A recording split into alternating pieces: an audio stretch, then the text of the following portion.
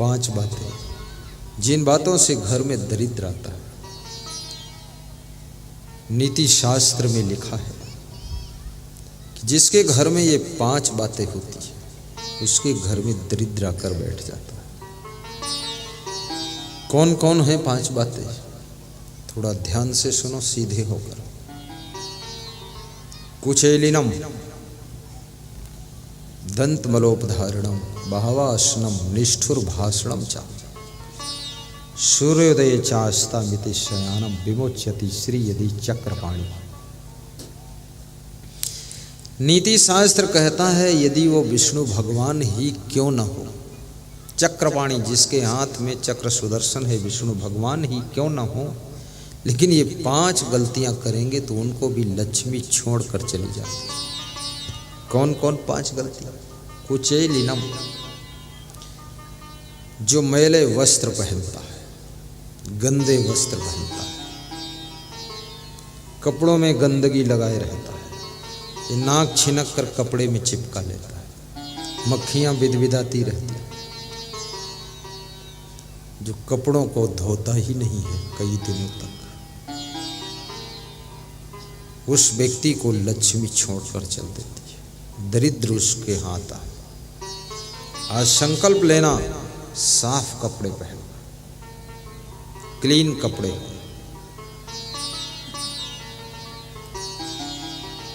जितने भी नेता हैं सभी नेताओं में सबसे साफ सुथरा नेता कौन है? सबसे टॉप के साफ कपड़े कौन पहनता है?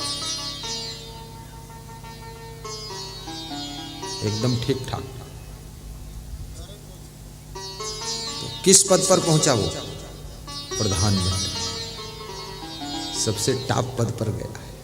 ये कपड़े का खेल है, आज तुमको बता दूंगा। लेकिन केवल कपड़ा ही कपड़ा नहीं है, और भी बात है। साफ कपड़े। कुचेलिनम दंतमलोपधारणम, और जिसके दांतों के ऊपर मैल लगा रहता है, जो दतून नहीं करता है, मंजन ब्रश नहीं करता है, दांतों को साफ नहीं रखता, उसे लक्ष्मी छोड़कर चली जाती है, उसके घर में दरिद्र आता है। सवेरे उठकर मंजन ब्रश भी कीजिए, दांतों को साफ कीजिए। जब आप हंसिए मुस्कुराइए तो आपके दांत मोती जैसे चमकने चाहिए, दूध जैसे दिखने चाहिए। दांतों के ऊपर मैल चिपका हुआ, कितने लोग हंसते हैं तो उनके दांतों पर ऐसा लगता भैंस का गोबर लगा, बहुत मैल है। ये तम्बाकू माकू मत खाओ। तंबाकू जो खाते हैं तिनके गिरते दांत, पाचन क्रिया बिगड़ती, सड़ जाती है आंत, और सड़ जाती है आंत की थो थो थोकत बंदा, घर आंगन दीवाल जहां बैठे तह गंदा। थोड़े में कह दिया दोस्त ज्यादा क्या आंकू, और जल्दी दीजिए छोड़ यार, खाना तंबाकू, खाना तंबाकू छोड़ो। बिल्कुल साफ।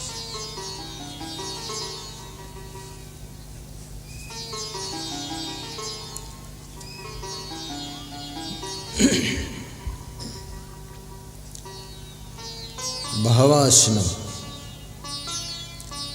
तीसरी बात, जिस घर के लोग बहुत भोजन खाते हैं, तसला भर दाल भात खाते हैं, 20-20 रोटी खाते हैं, 1-1 किलो खीर पी लेते हैं, उनके घर में दरिद्र आ जाता है, क्योंकि वह सब के सब बीमार रहेंगे, स्वस्थ नहीं रह सकते। अधिक खाने से अधिक बीमारियां आती हैं।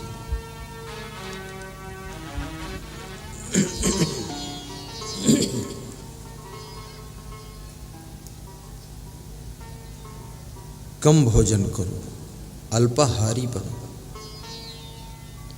और चबा चबा कर खाओ। कम खाने से मनुष्य की बुद्धि कुशाग्र हो जाती है। आवश्यकता से अधिक भोजन शरीर के अंदर जब पहुंचता है, पूरे शरीर को उदास करता है, सुस्त करता है। इसलिए अधिक भोजन खाने वालों के घर में दरिद्र आकर बैठ जाता है। आज एक संकल्प और ले लो, कम भोजन खाऊंगा। ले लिया कि नहीं लिया?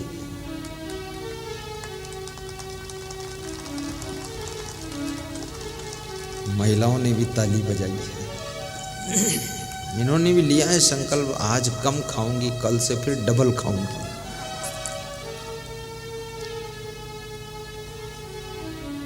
कम खाइए। ज्ञान घटै नर मूढ़ की संगति, ध्यान घटै चित को भर माए। तेज घटै सब भोग की संगति, बुद्धि घटे बहु भोजन खाए। तेज घटै सब भोग की संगति, बुद्धि घटे बहु भोजन खाए। बुद्धि घटे बहु भोजन खाए। बुद्धि घटे बहु भोजन खाए।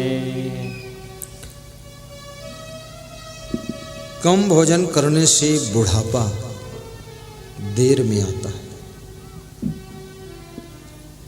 अधिक भोजन खाने से 40 वर्ष की उम्र के बाद तुम्हारे शरीर में बुढ़ापा झलकने लगेगा।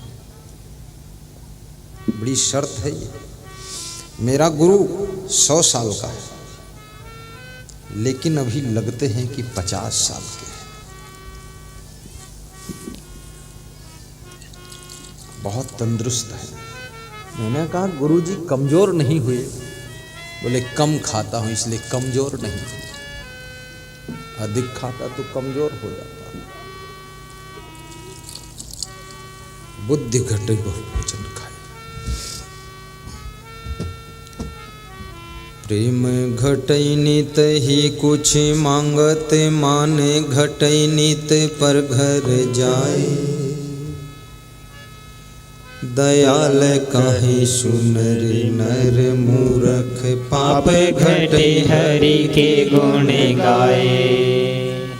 दयाल काहे सुनर नर मूरख, पाप घटे हरि के गुण गाए। दयाल काहे सुनर नर मूरख, पाप घटे हरि के गुण गाए। प्रेम घटै नित ही कुछ मांगत, माने घटे नित पर घर जाए। माने घटे नित पर घर जाए। रोज रोज किसी के घर मत जाना, सम्मान घट जाएगा। देखने वाले संदेह करेंगे कि इनके घर में रोज रोज क्यों आता है। तुम्हारे ऊपर लांछन लग जाएगा, दाग लग जाएगा, कलंक लग जाएगा। राजस्थान कोटा में 2 साधु किराए से मकान में रहते थे। साधु भेष में थे, साधु वाधु तो पूरे थे नहीं। तो उनके यहाँ कुछ लड़कियां आती थी, तो अड़ोस पड़ोस के लोग देखते थे तो उनको संदेह होता था ये लड़कियां क्यों आती, इनके साथ इनके पिताजी आए, पति आए, ये लड़कियां क्यों आती। तो पड़ोसी लोग सोच रहे थे कभी दांव मिलेगा तो इनको सुधारूंगा। तो एक दिन दांव मिला तो उन दोनों की मोटरसाइकिल फूंक दिया पड़ोसियों ने। मोटरसाइकिल फूंक दिया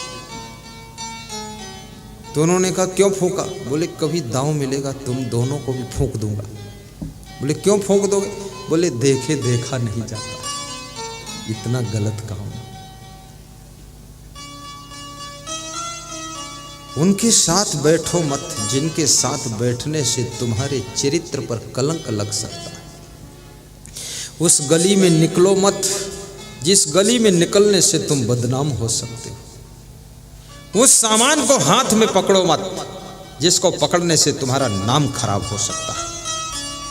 और उनकी संगत मत करना जिससे तुम्हारा ग्राफ गिर सकता है, और उनको अपने साथ में मत रखना जिनके साथ में रहने से तुम्हारी वक्त कम हो सकती है, कीमत कम हो सकती है। ऐसे लोगों को दूर कर देना, मत रखना।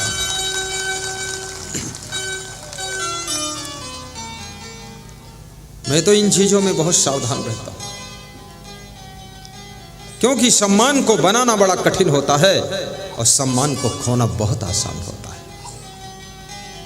सम्मान बनाने में सदियां गुजर जाती हैं, शताब्दियां गुजर जाती हैं, पीढ़ियां गुजर जाती हैं। बाप दादों ने मुश्किल से सम्मान खड़ा किया था इस कुल कुटुंब और परिवार का। एक बेटे की छोटी सी गलती से सम्मान सब मिट्टी में मिल जाता है। इसलिए कृपया परिवार का हर सदस्य सावधानी बरते, ताकि जो अपनी फैमिली का सम्मान सदियों से चलता चला आ रहा है वो सम्मान में दाग न लगने पाए।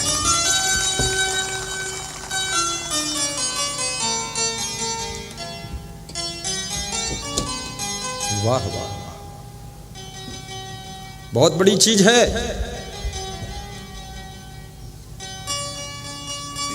दाग लगे जाएगा, नाम डूब जाएगा, विधायक आ जाएगा। पूर्व विधायक जुगल किशोर गुप्ता को व्यास गादी धन्यवाद दे रही है।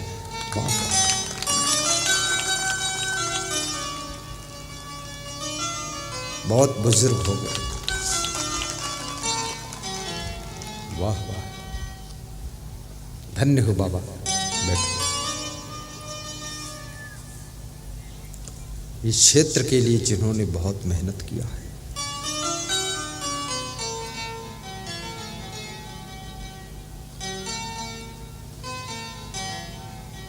वाह वाह। अनूपपुर के पुलिस अधीक्षक आने वाले, शाम को आएंगे। इतना एडवांस पर्ची भेजते हो, लिखते भी नहीं शाम को आएंगे। मैं सोचता आ चुके।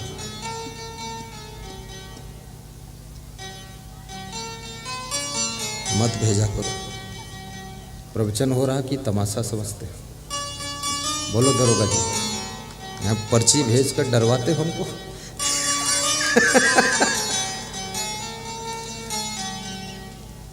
श्री मांगीलाल सोलंकी एसपी साहब के भी आने के विचार है। अभिषेक राजन एएसपी को भी व्यास गादी धन्यवाद देती है, और समस्त पुलिस जवान थाना भालू माड़ा वाड़ा है माड़ा रामनगर टीआई हरिशंकर शुक्ला जी। खड़े हो जाओ शुक्ला जी, उधर देखो।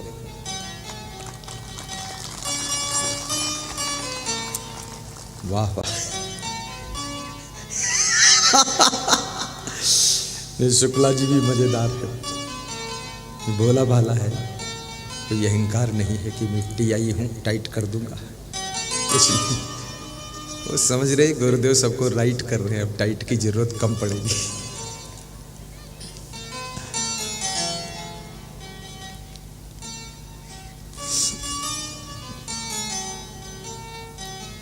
साहिब बंदगी, साहिब बंदगी। ताली बजा दो एक बार।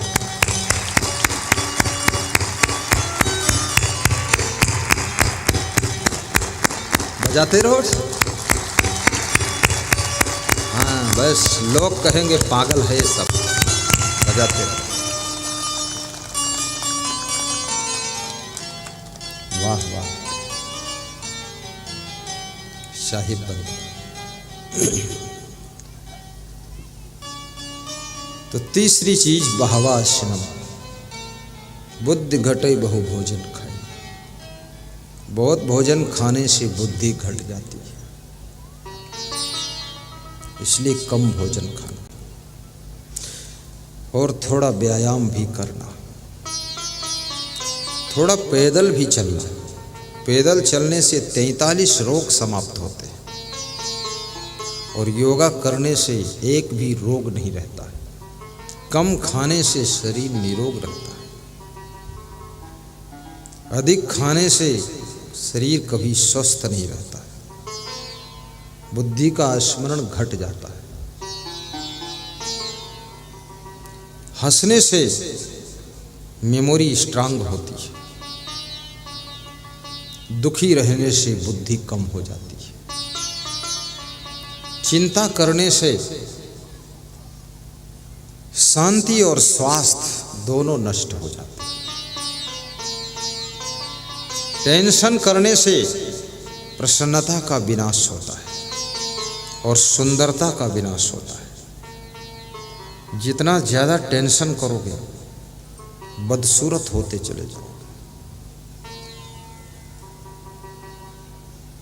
और टेंशन करके तुम कुछ नहीं पाओगे इस दुनिया में, क्योंकि कोई भी कुछ नहीं पाया है। कितनी ही टेंशन करो, जो मिला है उसका आनंद लीजिए, जो खो गया है उसको भूल जाइए, जो मिलने वाला नहीं है उसकी दौड़ छोड़ दीजिए, और जिसको मिलने के आसार हैं उसके लिए प्रयास कर लीजिए। लेकिन जो है उसमें आनंदित रहो।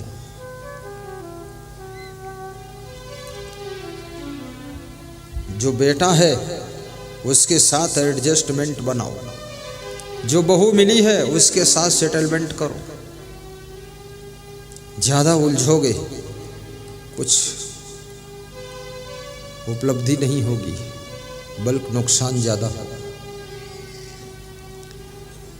साहिब बंद की कुचेलिनम दंत मलोपधारणम बहवासनम निष्ठुर भाषणम चा। और चौथी चीज, जिस घर के लोग निष्ठुर वाणी बोलते हैं, निष्ठुर वाणी समझते हो, बहुत दुख देने वाली बात कहते हैं, कठोर बोलते हैं, जिनकी वाणी बाण से ज्यादा घाव करती है, ऐसे घर में दरिद्र आ जाता है। यदि स्त्रियां चाहती मेरे घर में धन धान्य पूर्ण हो, तो मृदुभाषी बनो, अपने पति से बहुत मधुर बोला करो। कितनी स्त्रियां पति से ऐसे बोलती हैं, बिल्कुल काट काट कर खाती है। और कितने पति लोग तो ऐसा कड़क बोलते हैं, पत्नियां रोती हैं, बैठकर सिसकती हैं कि एक पति रावण जैसा मिला है, क्या करूं। बहुत दुख लग जाता है। शादी होने के बाद कभी कभी अपनी पत्नी को खुश भी तो किया करो, उसके साथ बैठकर हंस भी तो लिया करो। इतना टेंशन में क्यों रहते हो? इतनी हाय हाय क्यों करते हो? क्या मिलने वाला? अब जब से मोबाइल आ गए हैं तो पति पत्नी मोबाइल में अटके रहते हैं, सब मोबाइल में देखते रहते, एक दूसरे से बात करने का टाइम नहीं। प्रेम की गंगा बहाते चलो, जीवन को निर्मल बनाते चलो।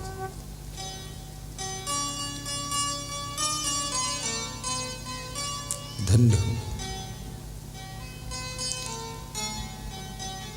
निष्ठुर वाणी आपके घर में दरिद्र को बुलाती है, मृदु वाणी लक्ष्मी को स्थापित करती है। इसलिए मधुर बोलने का स्वभाव बनाइए। भगवान श्री राम का स्वभाव कैसा था? राम जब बोलते थे तो थोड़ा सा मुस्कुरा कर बोलते थे।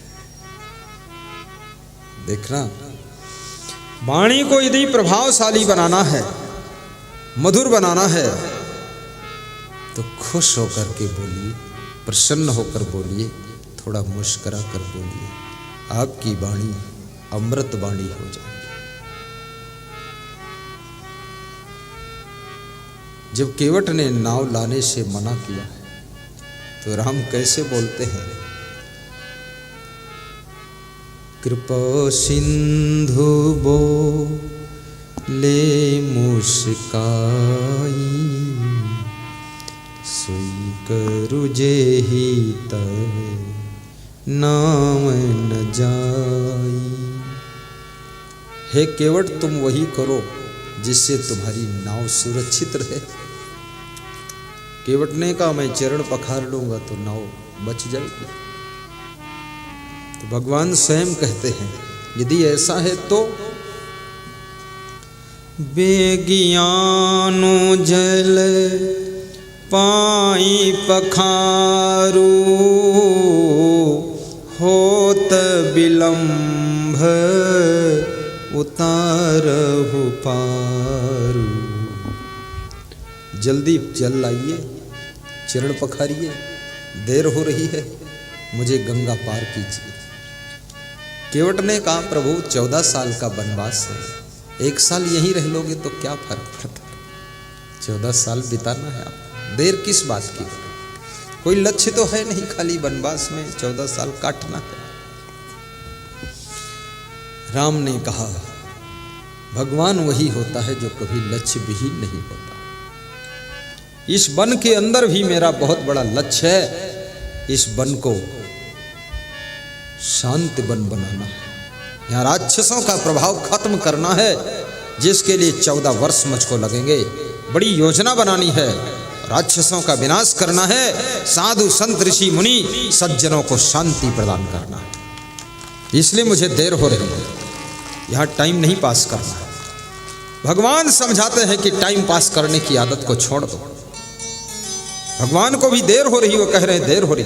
कल मैं गया था लेखन दास चंद्रा जी के यहाँ, खड़े हो, पधरौनी इनके यहाँ गया था। इनकी वाइफ माधुरी देवी बड़ी व्यवस्था किया, ये धार्मिक भी है धनवान भी है, 2-2 जेसीबी नई नई कारें खड़ी, बहुत पैसे वाला आदमी है, पैसे वाला है लेकिन प्रेम वाला भी है, दिल वाला भी। बड़ी अच्छी पधरौनी कराए। रात में सबको भजिया और चटनी बर्फी जो भी माल छकना है छको। सब साधुओं ने रात में चटनी पी लिया, सब उठा के बैठिए, बहुत सेवा की। लोहासुर भी गया था, लोहासुर में जीवन दास चंद्रा जी के यहाँ, जीवन दास महाराज खड़े हो जाओ, ये जीवन दास महाराज बड़ी अच्छी सेवा किया, ऐसे भाव से सेवा। कबीर मंदिर बनाया है, कबीर के प्रति बहुत आस्था। मंदिर में भी ले गए 1 मिनट, घर में ले गए, पंडाल लगाया, वहाँ प्रवचन भी हुआ। फिर गांव पूछा क्या नाम, बोले लोहासुर। तो हमने कहा अच्छा हुआ जो महिषासुर के यहाँ नहीं आएगा। बैठो बैठो, बहुत बड़ा विचित्र नाम है गांव।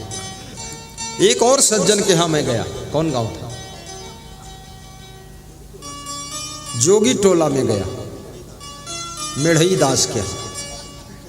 कहाँ है मेढ़ई दास, खड़े, ये देखो, बहुत बड़ी श्रद्धा,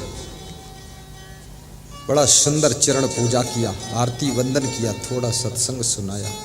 फिर मैंने कहा 2 दिन के लिए बुलाना कर, 2 दिन में फंसा दिया हमको, 2 दिन। अब इस क्षेत्र में पहली बार अनूपपुर जिले में मैं आया हूँ, तो मेरी इच्छा है अब हर साल आता रहूं, जिले में कहीं ना कहीं आता रहूं। बोलो माननीय विधायक श्री जुगल किशोर गुप्ता जी, सही बात, आता रहूं, ठीक। भगवान राम को भी देर हो रही है, होत विलंब उतारो पारू। ये चौपाई संकेत कर रही है कि टाइम पास कभी मत करना, फटाफट काम को करना, क्योंकि जो समय बचेगा उस समय में कुछ तुम नया कर सकते हो, बड़ा कर सकते हो, कुछ दूसरा कर सकते हो। यदि समय तुमने गंवा दिया है और तुम्हारे पास समय ही नहीं बचा है कुछ करने के लिए, तो नया कुछ करने का चांस आ गया तो तुम कैसे कर पाओगे। इसलिए टाइम की भी बचत करना सीखो।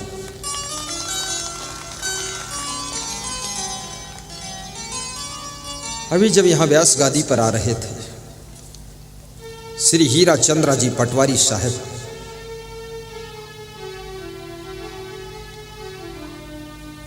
के मकान का भूमि पूजन हुआ, तो मैं बहुत जल्दी जल्दी कर रहा था, फटाफट लड्डू बंटवा दिए, कलाकंद बंटवा दिया। और वो हीरा चंद्रा, खड़े हो पटवारी साहब, कहा बहुत अच्छा भूमि पूजन हुआ। फटाफट उसने दक्षिणा दे दी, साधुओं को भी दे दिया। जितने साधु गए थे माला माल हो गए। बहुत अच्छा मकान बनकर खड़ा होगा, जब मकान बनेगा तब फिर आऊंगा उसमें।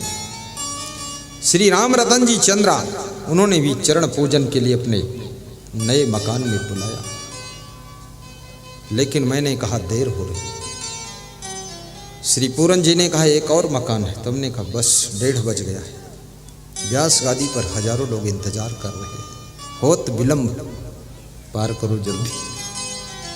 दौड़ के आ गया। बेगियानो जल पाई पखारू, होत विलंब उतारहु पारू। वाह! राम ने केवट के साथ में जबरदस्ती नहीं किया, मुस्कुरा कर कहा है देर हो रही है, जल्दी चरण पखारो, पार उतारो।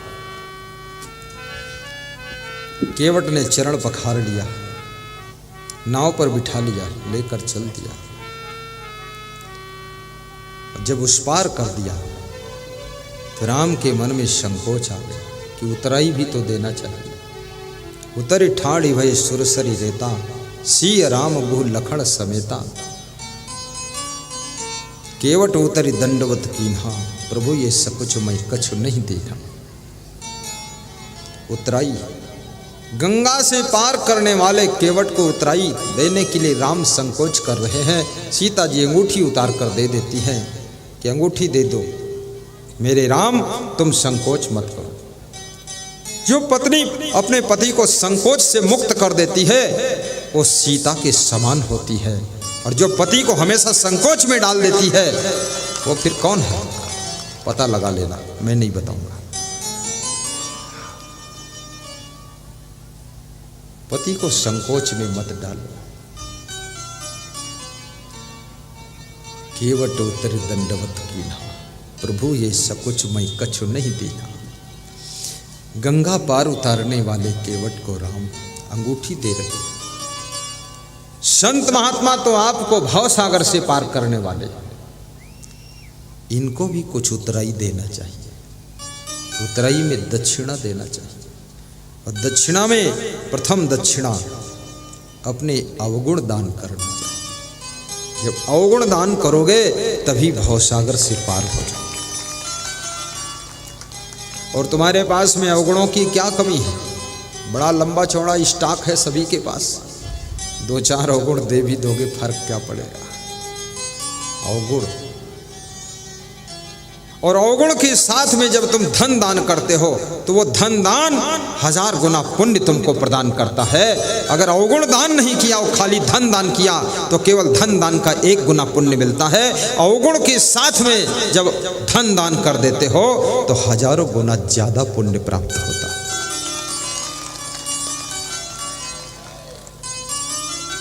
साहिब बंधु,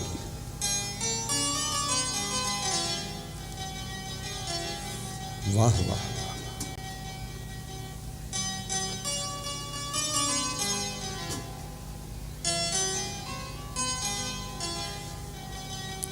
साहिब बंदगी बोलो। अगले साल फिर आऊं आपके यहाँ कि ना आऊं? तो सुखद सत्संग कराने वाली आयोजक समिति को, ग्राम पंचायत एवं ग्रामवासी मझोली क्षेत्रवासियों को व्यास गादी आशीर्वाद दे रही है कि आपने बहुत बड़ा महान कार्य किया है। ताली बजा दो आयोजक मंडल के लिए।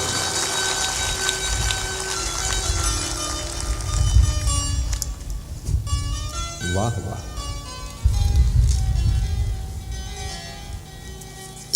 एक बेटी ने और निवेदन लिखा है, साहिब जी आपसे विनम्र निवेदन, आज आपका हमारे क्षेत्र में 3रा दिवस है।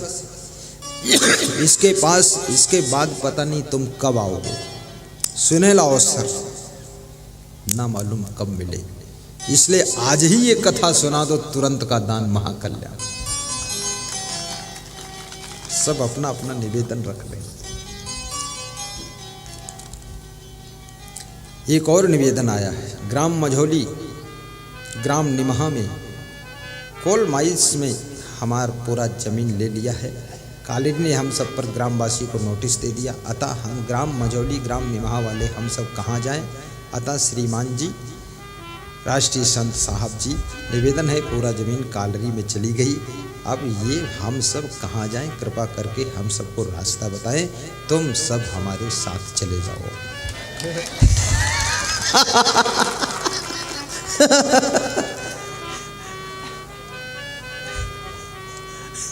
सब छुट्टी मिल गई।